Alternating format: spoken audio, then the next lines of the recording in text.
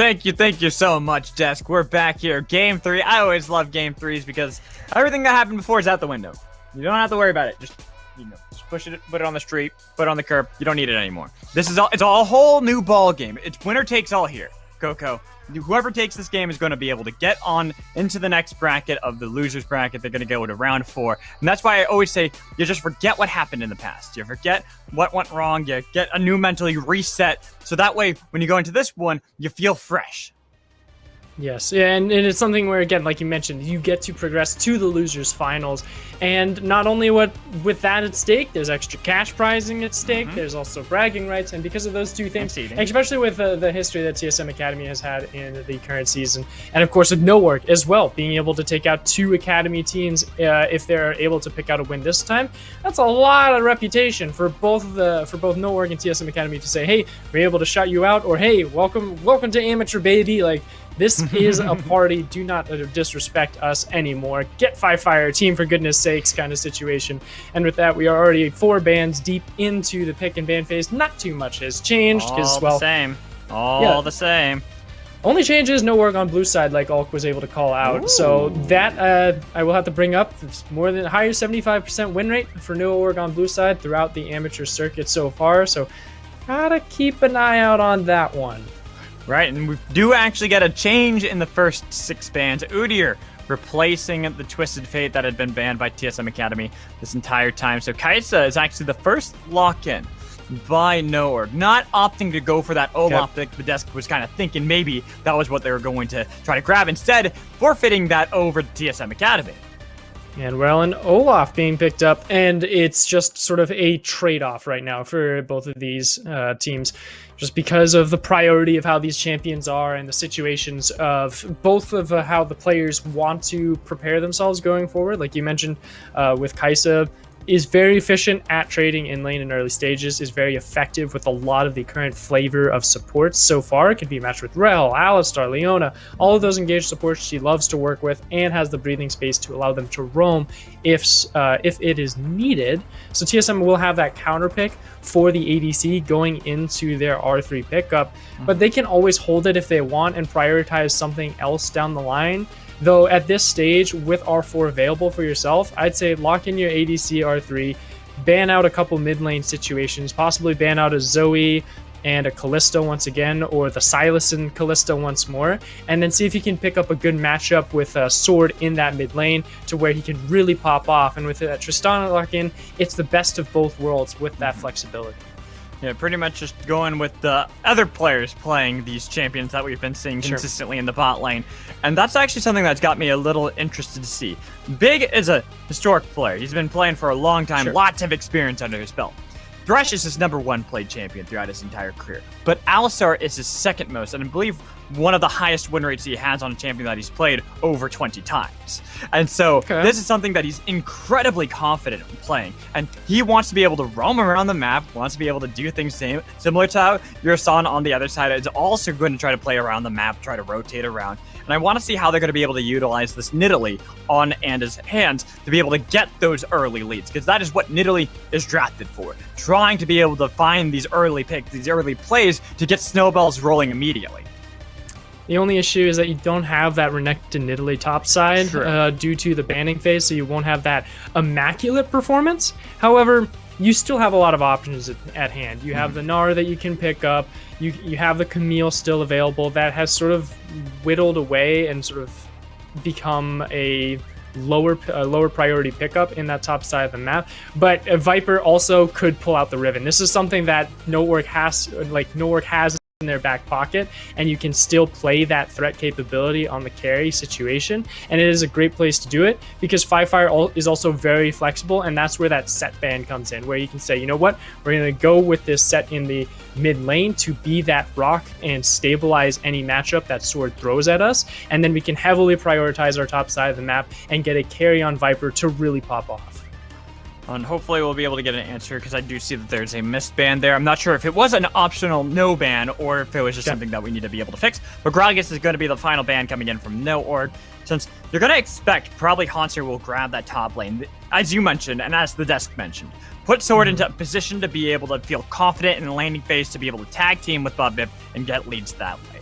Here, you try to get something safe. You try to get something, or Zoe, okay. Or you get Zoe and opt for Haunter to have the counter pick. That's not exactly what we expected, but Zoe is still a pretty strong pick and something that Sword likes to be able to play. Plus, it's a good takeaway from Firefire.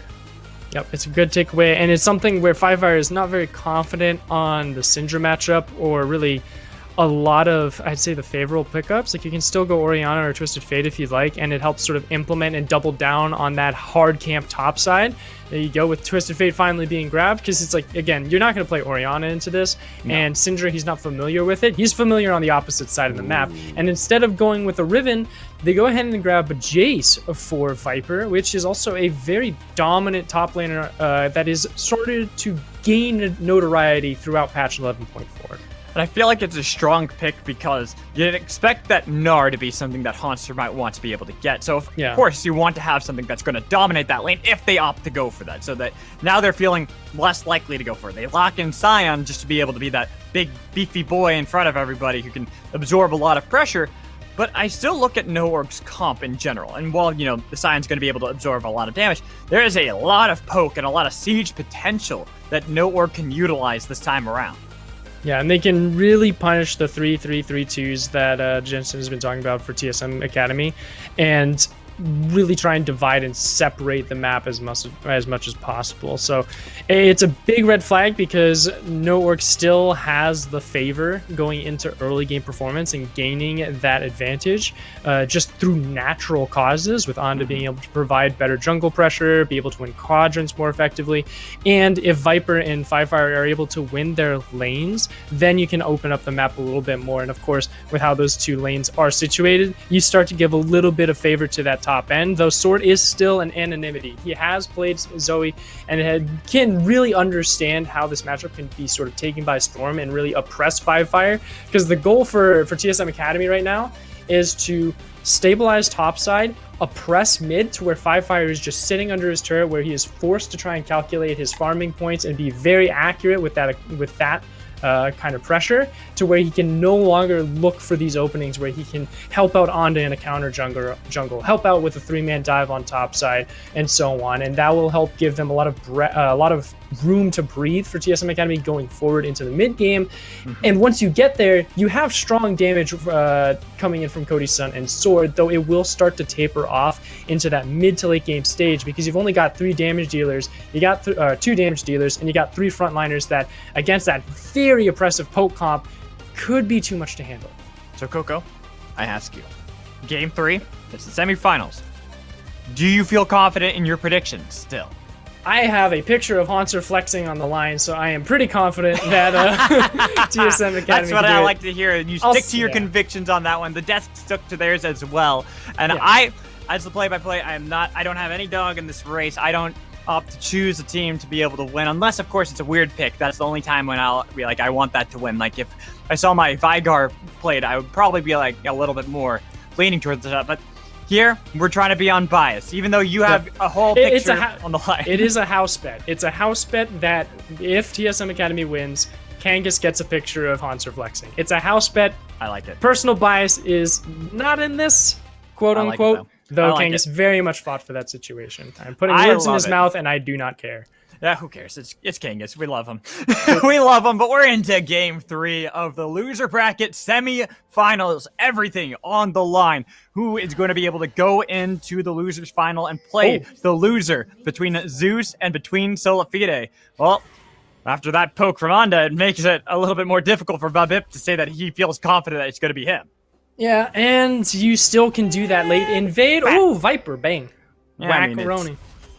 There's still nonetheless, yeah, this is still something that Viper and Onda could go for a late invade if they so choose. That wasn't too much damage onto Viper. No. Nonetheless, and just heal back up to full health, just in case they do decide to go for this late invade that Haunter's trying to defend on. Like, look at the defensive wards already. You've got that one in try on that top side already, and the one next to the Raptors camp as well. So they're really hoping that NoOrg takes the bait and looks for this invasion, but already NoOrg's playing the safer bet, saying, you know what, let's just play that full clear, hard focus this top side. Viper, control your wave to where we can find a pinch on the Haunter and force out a summoner or possibly a first blood.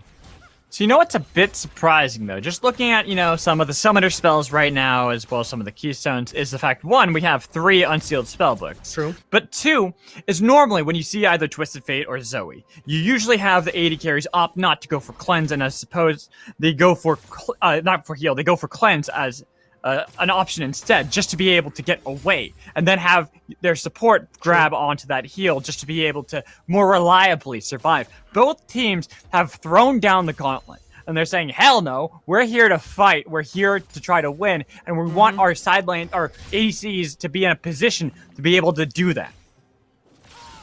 I guess. Also, Mercurial Scimitar being a crit strike item for both Cody's Son and Value is pretty nice. So but it's gonna take a while. Yeah, but I don't think it's too much of an issue because their initial 1-item power spikes are still both fairly strong. Even their 2-item power spikes are fairly similar. So it's almost like a gentleman's agreement of saying, hey, we're not really going to try and do something too crazy on our own as the ADCs. They're not going to do anything ridiculous. Okay. I was about to say, I feel like 5 Fire and Sword are definitely going to speak otherwise. Yeah, but it's still something where you can have room for error, and that's where Sword and 5 Fire are going to be looking for that punishment of saying, hey, you got to pay your taxes, you got to pay them quick, or man, it is going to be hell to pay.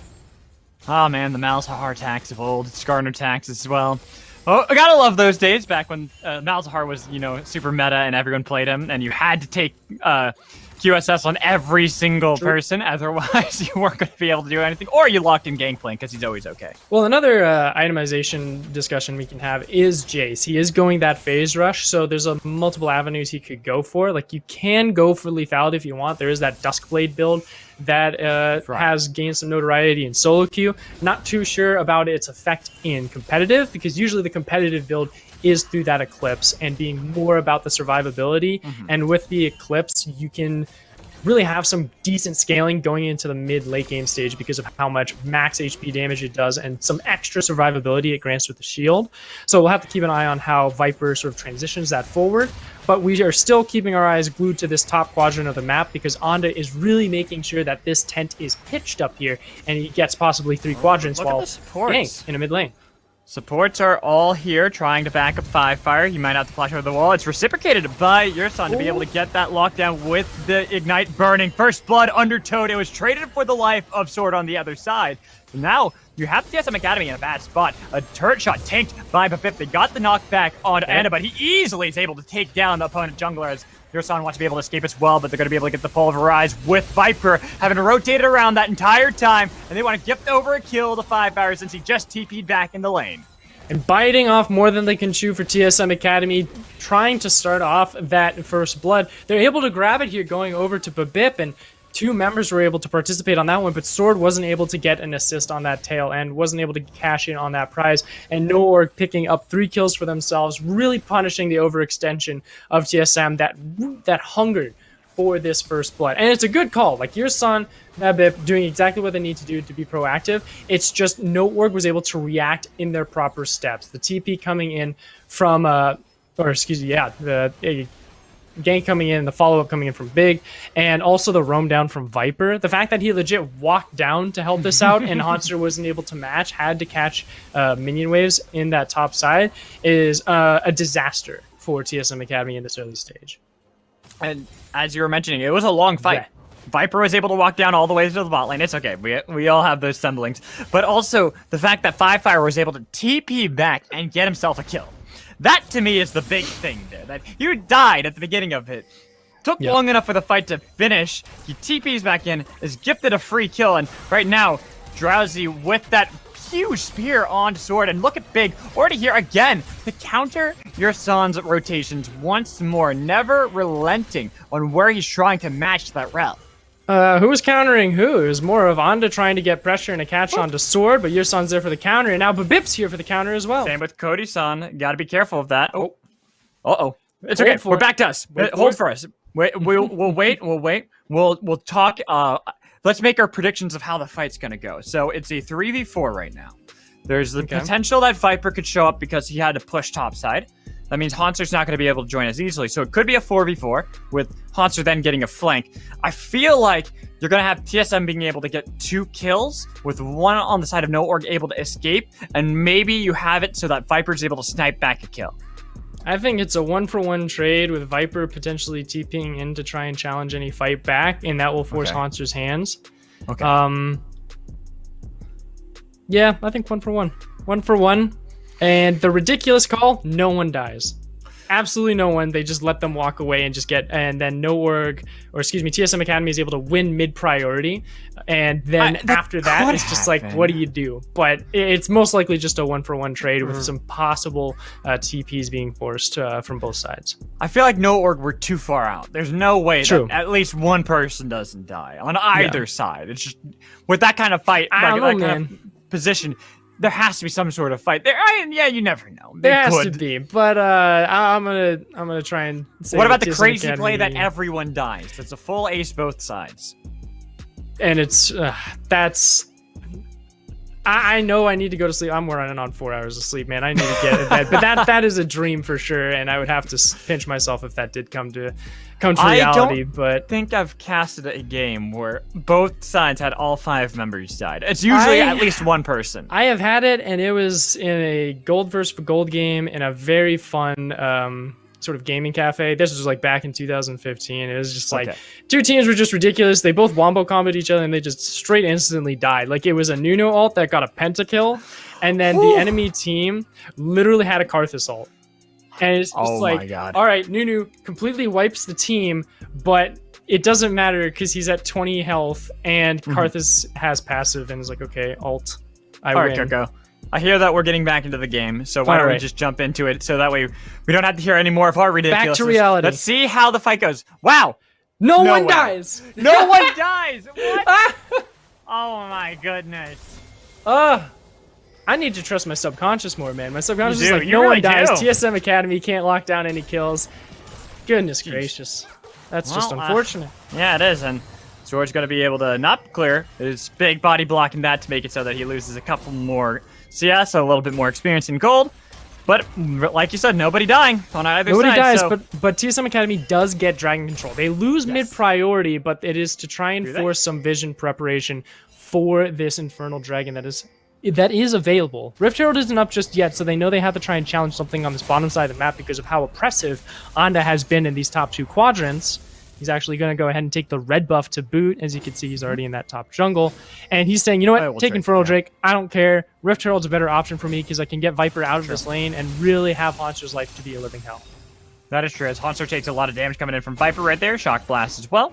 It'll be the trade of that objective. Not actually even going to be the red buff. It hadn't spawned quite yet for Anda to be able to take that top side. Instead, he has to go towards the bottom half of the map, get his own red buff, then rinse and repeat, try to go back to the top lane to secure that vision around the objective. Because I'm expecting TSM Academy to do what they did last game, where once there's no objective bot lane, they immediately try to push in that wave bot, recall, send the 2 top lane. Ow.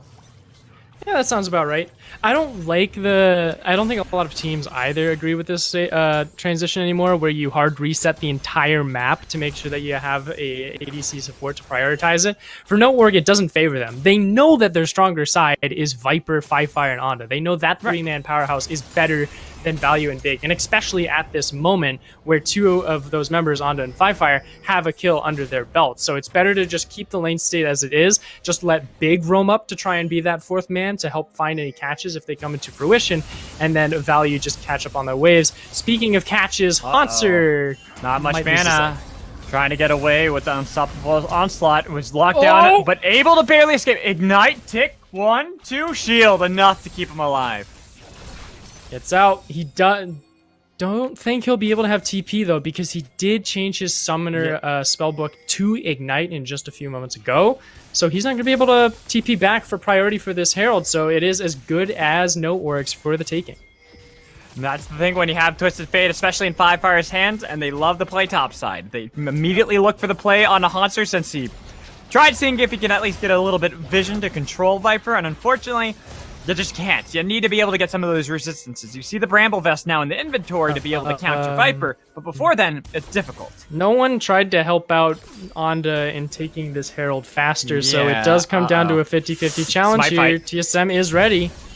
Okay, goes over to Anda, and now they have to escape. They're going to be able to get the Ragnarok with the gold card not doing anything. A lot of poke from Viper, but the eye was secured by Anda at the end of the day. You just have to kind of force it there for TSM. Like, if you're really trying to invest on that, push. Either that or you just get mid-prio because you're starting to attract so much attention from no org. But on the other side of the map, Haunter is able to grab a couple turret plates for himself. He's not doing too bad in the farming department either. He's only like 12 CS behind, which isn't nothing to sweat about. And already you can see sort of how the itemization is going for him, grabbing that Bramble Vest. He's saying, you know what? I think Iceborne is looking pretty good for this stage, so gotta go ahead and grab that one for himself. Or is it's Glacial now? Rhymeforged Gauntlet, I know. Frostfire. I know the Ornn upgrade for some reason. I know Ornn upgrade is Rhymeforged Gauntlet, but you know, that just shows you know the top lane main. You know what the name for Eclipse's Ornn upgrade is, right? Do you know why it's Syzygy? Yeah, because it's another word for Eclipse. It's not just Eclipse. It's more broad than just Eclipse. It also involves planets too, like other planets too.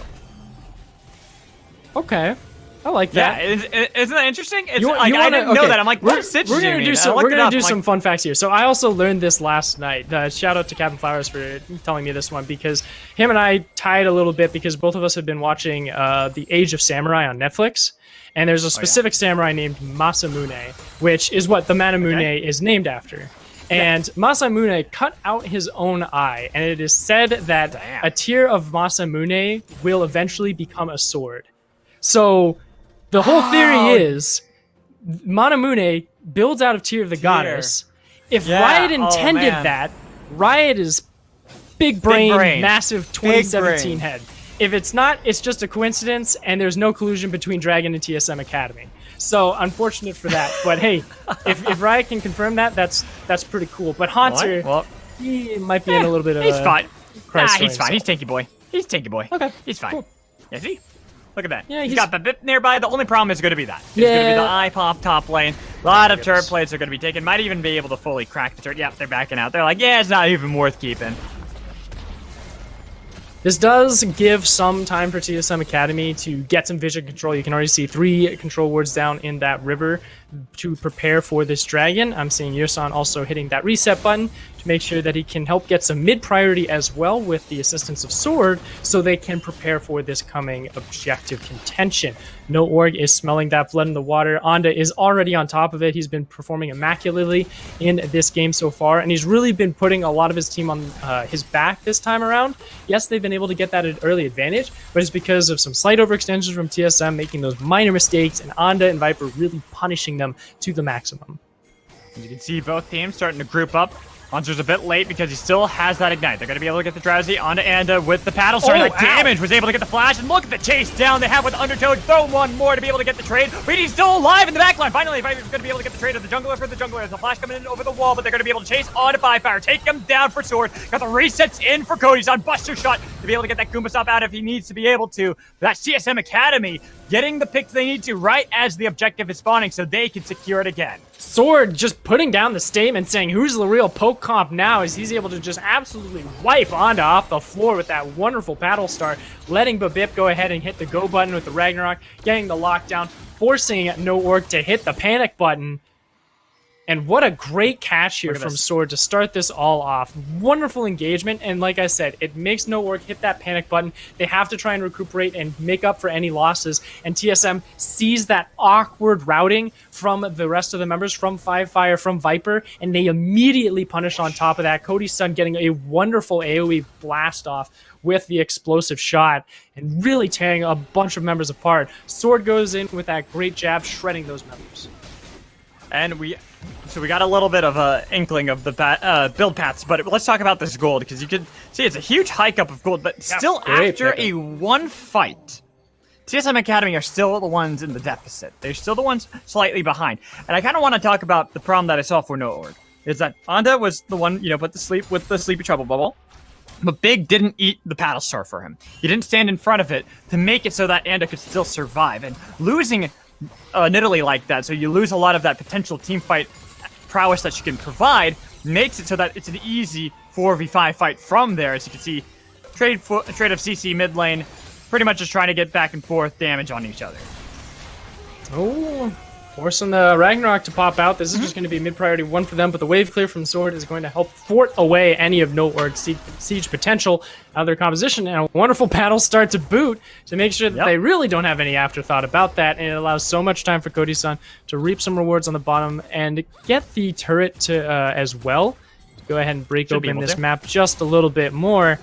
And with the resets from No.org, they're back into this panic mode. They're trying to see if they can really break open the defenses of TSM to where they can try and break some vision and really allow themselves to find these picks in these different pockets to where this poke comp that they've built up can really start to punish TSM Academy in these confined spaces.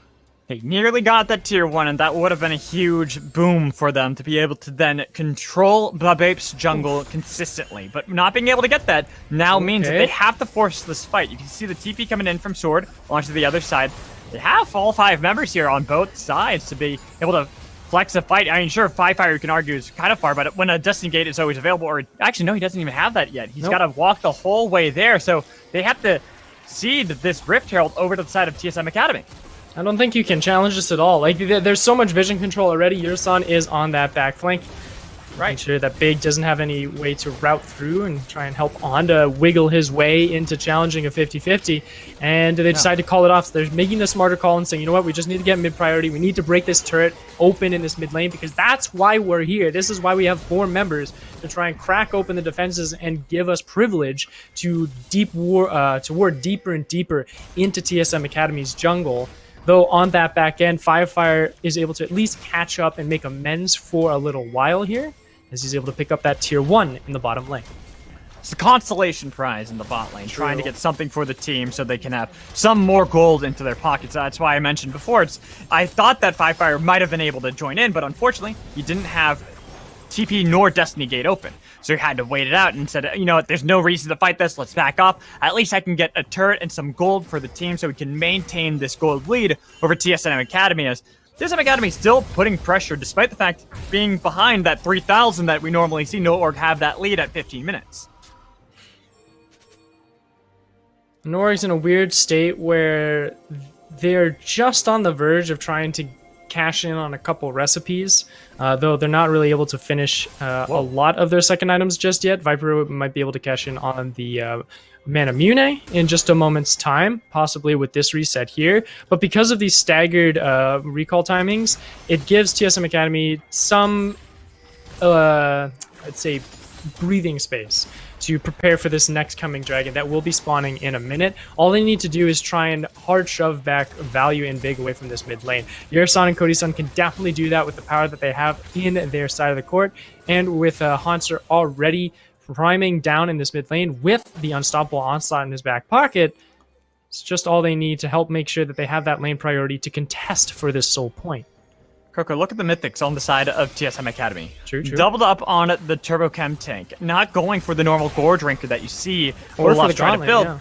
Yeah, exactly, or the Frostfire Gauntlet. Instead, trying to make sure that they can have a more consistent engage into this backline. Try to see if they can find out some of the more immobile members of No.org, since it is more about their poke, more about them being able to set up a siege. If they can get into the backline, deny them from ever able to do that, that's going to work out well for TSM Academy. They're still setting up around this dragon. They want to be able to get within Mountain Soul Point. Having that third dragon in the pocket will make it so they can dictate more of this map against No.org, who still are on the flanks, but they're kept at bay at the moment. I'm not too much fan of this. Look at how far away Sword is from the rest of the team. Exactly.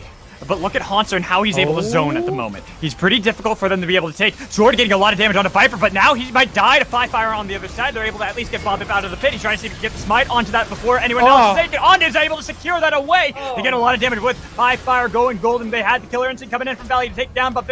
Other side, Viper chasing down, forcing out Hansu's ult to be able to escape. Cody-san and Yursan, they're nowhere near each other, and you can even see that Yursan is going the wrong way. Might just go for the suicide play underneath the turret, knowing there is no way out of this one. There is no respite, no escape. Ferromancy body blocked by Big. Unfortunately, not going to be able to get that execute as the turrets are taking down mid lane. Hanser dies as well to the light forces of No.org. You had this wet noodle fight between Yursan and Big. Nice use of the blast cone to be able to get away, but look at that. Value, he's got his retreat cut off. Got the blast cone, has the Acathian Rain, needs one more auto attack. There it is, finally finds the missing pony. Unfortunately, we do not get a supportal combat this day around. It did not end in friendship. It was a fatality for TSM Academy. It was just an unfortunate series of events for TSM, but it was very well played, and the routing coming in from Noorg. And we weren't able to see it in this replay, but during all of this, TSM Academy was not giving the proper spacing for Sword to get in position to be that zoning Zoe that they need to try and contest for these objectives against the poke comp that is Noorg. And because of that, because Noorg is able to find that pincer against that one crucial member of TSM Academy, the rest of the strategy falls apart and TSM is left in shambles as Noorg is able to challenge the 50-50, win it, take the dragon, and the entirety of the mapscape back into their favor. And we're already looking to a scrap once more because Baron's coming up in 10 seconds, and Noorg can take this for the prize early on. They utilized that eye mid lane, but unfortunately not able to get the prize of the turret itself, so it stays standing with Noorg now in a convincing lead. And we had mentioned before that it looked close for TSM Academy. Even though they were down 3,000 gold, they were able to find a good fight previously. Were able to get some control, try to see if they can wrestle away the vision around that dragon pit. But unfortunately, one bad fight when they're that far behind, already they now find themselves doubled up in that gold deficit. Nearly 6,000 gold they find themselves behind. Okay, brave call. They find a pick. It looks like Big's going to be caught out. Oh no, he's going to be able to flash over the wall. It is difficult to be able to kill that cow pretty quickly as Onda's 2 out of there.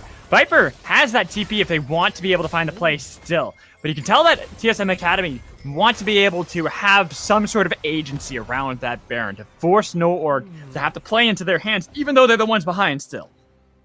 I want to make sure that they have control of this Baron, because as I mentioned, it is... The Baron falls fairly fast. Noorg with the Kaisa, with the Nidalee, just the raw damage that Noorg has in their side to challenge this and bait it out. Also, the amount of harassment that they can dish out. Speaking of harassment, they might have been able to catch Cody's-san here. Fivefire is looking real hungry at it. Yeah, he is. Cody's-san wants to be able to get away. Does dodge the spear, not having to burn the flash either. As now there's a TP play attempted by Hansu, wanting to be able to catch out Noorg way too far. He's used the ghost that he was able to steal away from the spell, but get the slow onto Big. Not going to be able to get the knockup though. Instead, they're continuing to chase using the turbo chem tank to be able to get the slow. Another spear eaten up by Hansu, but he is tanky. He is difficult for them to be able to burn through pretty quickly, and a TP burned on the side of TSM leads to nothing. TP burned and you lose the entirety of your bottom side. Viper goes ahead and takes the blue buff for himself. He's going to be looking to take this turret as well. And Hanser, if he's going to try and challenge this turret whatsoever to at least try and find a kill on the back end, he's going to have to use Unstoppable Onslaught. But he knows this turret's gone. He's going to hold it for a later time.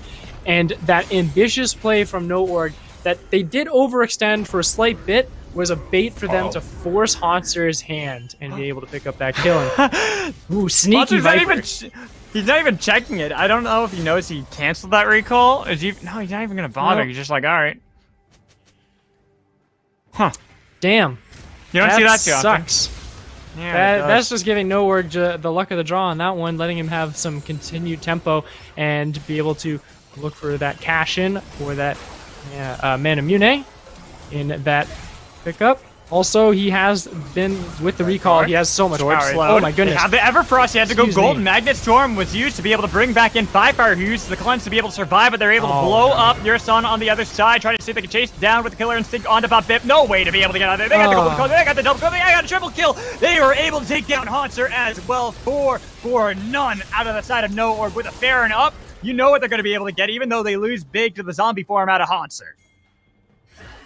You know what it is? It's Baron time for Noorg. They find that pick, and like I was trying to bring up before, is that Viper getting that good reset allows Noorg to have that tempo play onto the Dragon and have some vision control that was wonderfully set up from Big and Onda respectively. Because TSM, they're panicking right now, and they're just not able to properly set up Sword for these zone controls, and they're not finding any strong engagements because they're just using tools left and right. Unstoppable Onslaught being used haphazardly on the top end, and Viper just absolutely slapping Cody-san. He's saying, I know how to run this slapping Sword too! Look at that! Viper 1v2 gets himself a double kill in that one with the help of Fivefire, as well as getting the second dragon of the game. This is No Org's game. This is the one that they are trying to say that they deserve to go into the losers finals, that they want to be in the Proving Ground finals as well, because this is a much more dominant performance than last time. It is an absolute running of the rift here for No Org now, as they're able to take the Baron, take kills, take dragons, and they will be taking inhibitors to boot. Death timers are still fairly short here for TSM Academy. 4 members are up at the moment. TSM, they're waiting for Sword to pick up to try and see if they can find any catches on the back end. But No Org, they've got healthy players. They've got resources. They can look for the end. And look at Hanser, he's taking a lot of damage. No. Same with Sword, he jumped into his own doom as your son was able to get a huge magnetic storm, but what does it do? They got a double kill. They've got the dive coming in with the killer instinct for value to be able to get himself a triple kill. They get a quadra kill as they will take the game. No Org make the statement they need to. They're here to beat every damn Academy team. Third one down off the docket. Mark it off the list because No Org are going to the losers bracket finals.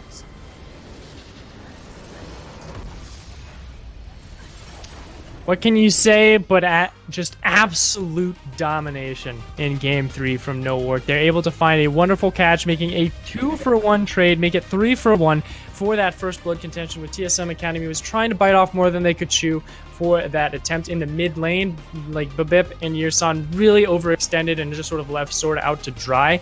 And so many pincers came in from Big, from Viper during that. And that was the beginning of the end for TSM Academy. Though there were some glimmers of hope. Sword really tried his best to try and create some objective zoning pressure on this Zoe, but it was just 1-2 errors on the side of TSM Academy that they didn't really play around him and his setup that he could provide. And because of that, it gave that breathing space for No Org to find those pincers, punish Sword, take him out, and then collapse on the remaining members to just take them out one by one with a wonderful pick comp and absolute burst damage assassination style coming in from them. Well played out of No Org, but also well played out from TSM Academy, bringing it to a Game 3. But now we just have to see what's lying ahead as we have to determine who No Org is going to be going up against in the losers finals. Yeah, we'll find that out later. We got the winners bracket semifinals, I guess you would call it, because you know it's right before going to the grand finals. But I kind of want to touch on No Org and how they're able to find success in this third game. And it feels really reminiscent to Game 2 against CLG Academy, where they played a far more heavy poke-style composition, able to get the early leads, able to utilize that, where what can TSM Academy do at that point when they find themselves, even after winning a fight, in the hole, they're in a debt that they never were able to recover from? Yeah, and it was just sort of odd panic situations as well from TSM. Like after it was sort of going into the dragon fight, the second dragon fight, where TSM was routing into the river and none of the members, Yirsan nor Hanser, was there to be that mediator to allow Sword to reposition properly, and that gave No Org a lot of that upper hand advantage going into that objective contention. That's where they found the flank coming in from Viper to take out Sword, and then they got the pincer from the rest of the team. And from there, TSM just was scrambling and sort of grasping at straws. Hanser was trying to hit unstoppable onslaughts to cancel recalls. Sword was going in with trouble bubbles and ultimates to see if he could get a sneaky or a cheeky trouble bubble in there. And because of all of that, it was this weird situation where it's just like there was no real leadership or sense of win condition or control from TSM Academy, and then No Org saw the chaos being within the ranks of TSM and just ran away with it in the end of that game. Right. There was also a moment in that game where I really wanted to see TSM Academy try to do what they did in Game 2 and Game 3. They had that point where there's no dragon up, Rift Herald's up. I want to see them hard shove with Tristana Rel, have them recall, send them topside so they can make a fight around that Rift Herald that they almost still were able to steal away. Think about that. Had they been just a little bit quicker on the trigger, they might have been able to secure that objective, which could have changed the whole aspect of the early game. Very true. It is something that if they were just a little bit faster, what could have came into fruition from that. But it is all something that you have to review in hindsight, right? And that's something where, for me, the performances that they had today, especially with Yirsan with his roaming plays, with how Babip has started to show some signs of life as well, where in the Academy season, the 9 games that they played, he felt fairly inactive, and it was really up to Hanser and Cody so they could wrangle together the rest of the team and morale them behind one banner. And I think that's just a great wake-up call for TSM Academy now, where it's saying, hey, you're up against No Org, who is a very renowned roster, has very good and very strong track record in history and amateur, and going up against that and really putting it to them with similar playstyles is a good way to start to transition and have a good progressive arc going into the later half of this year. All right, well, you know what?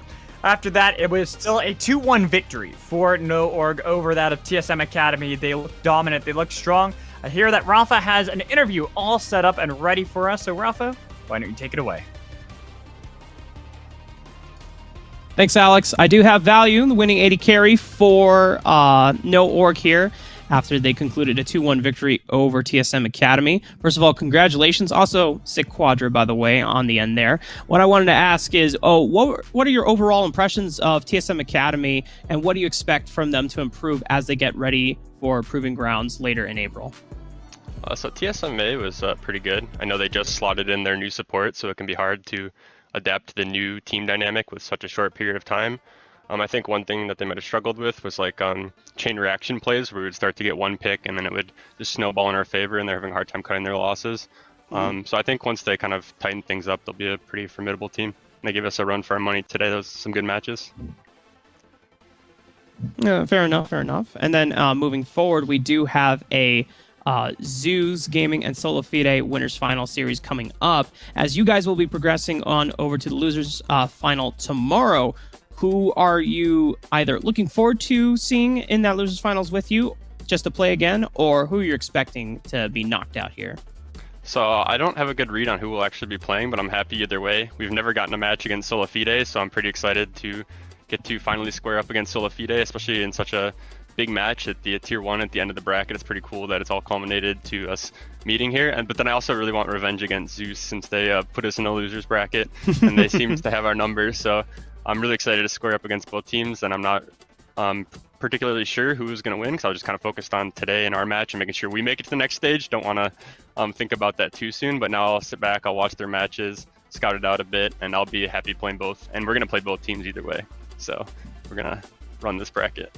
Yeah, there you go, for sure. I love the confidence. And before I let you go, Value, I just want to give you an opportunity to shout out any special peoples or homies that you want to give extra love to on the victory today. Shout out to my parents because they watch my matches, and so hi if you're watching this now. I love you guys. Shout out to my teammates because they're Smurfs. This is such a fun team to play with. I feel like I'm really leveling up and becoming. I'm pretty sure I'm becoming the best I've ever been playing with these guys because they're really like elevating my level of play and they're pointing out my mistakes, and I'm receptive to all that feedback. So shout out to all my teammates because I wouldn't be here right now without them, and they're really like making me better. So I'm enjoying that a lot. Yeah, those are my 2 shout outs. Love you guys.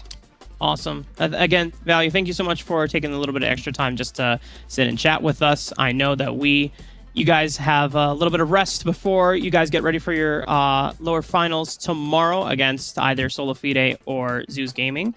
Again, thank you so much, and congratulations on your victory today. Thank you very much, Rafa. All right. Well, you know, a good old Value picking up the quadra kill. I guess it really was a Kaisa diff in the end there. Yeah. I know there's a little bit of a concern about the collector being built into a bunch of meatballs and tanks there, but you know what? Value made it work out for him in the end. But I know there's a couple clips that we wanted to take a quick look at before we get ready, and we might not actually have time to go through all of them. So what I want to do is, Jensen, I kind of want to just go back to you and get some kind of conclusive thoughts about this TSM Academy roster, as we do have just about 3 minutes left before we do have to get ready for the second series of the day. I think if we take like a stock order of the 4 academy teams that didn't make Proving Grounds, if you ask me, the one that's closest to being a coherent team at this point of time is definitely TSM, right? And we saw some flashes of like, this is a team that if they make that identity mid jungle, support into mid jungle, and then perhaps into top, they will probably do well. We saw some flashes of that in game 2, but the big thing that they need to fix is definitely their team fight setup in the mid game. They need to understand what the nuances in terms of how they set up the side lane before that, and once you're on the river or you are approaching approaching the river, how you're going to be approaching the team fight, either as a team defending the choke or the team that's trying to breach the choke of sorts.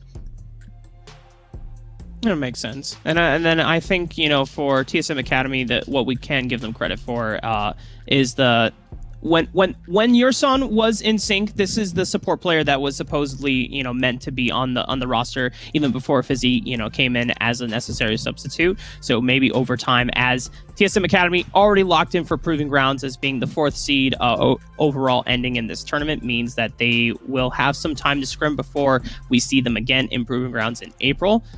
Kelsey, I kind of want to throw it to you. Looking at now that No are going to be sitting in this losers finals, what are some things that are they going to have to clean up if they want to make that miracle run back into grand finals by Wednesday? Honestly, echoing Jensen's sentiments, I think he was the one who pointed out in our very first prep meeting for this that these teams are very similar in what they want to achieve. I believe that comes from the early game down to kind of the late game, and we talked a little bit about their dissimilarities. But in general, like how they're approaching these dragon fights, if anything, TSM actually looked a little bit better in terms of some of their neutral objective setups. So that is pretty concerning for No Org. I think if they're going to be playing these really, really heavy snowball topside compositions, they've got the early game pretty down for what they need to get in Proving Grounds, but they need to be able to use that pressure and to get more on top of their resets so that they can rotate that into setting up the dragons, being able to get the good flank angles for some of the lower range compositions that they try to play. With about a minute left here as we are getting ready for our second set here, Mr. Alec, I don't know if you had any last thoughts or kind of resolutions that you wanted to give peace to before we say goodbye to the TSM Academy roster. The Reaper comes a knocking, right? No, they did it. They did it. Thank you. All right, cool. We get to get this dumb meme out of the way. Thank God you get on the board. TSM Academy, sorry, buddy, you weren't able to take them down. I will say that this is one of the most competitive series versus No Org, and I think that, you know, we got a lot of one-sided matches throughout the series, and I'm still very worried for No Org in their mid lane right now, because so far Five Fire in this tournament has not had the best performance. Obviously, they have been playing for a really long time from the tier 2s, so I kind of want to see going into their Wednesday matchup, trying to at least get to that grand finals, how did they kind of shore this up, because this was kind of the big matchup versus him and Sword, and I think that Sword got the better of him in most cases. Yeah, Five Fire been sprinting a marathon. The entire No Org roster has been, you know, going through multiple games, and they're just trying to see how long of a run they can go for before they finally eventually give out. If they can make it all the way to the grand finals and go for the, you know, piece of that 20K prize pool that UGP does have to offer before waiting for the Proving Grounds tournament, you know, we'll have to see. But there are 2 other teams that are gunning for that same prize in Solafide and Zeus Gaming, which will be the next series we'll be covering after we take a quick break and get a change of staff in on the broadcast.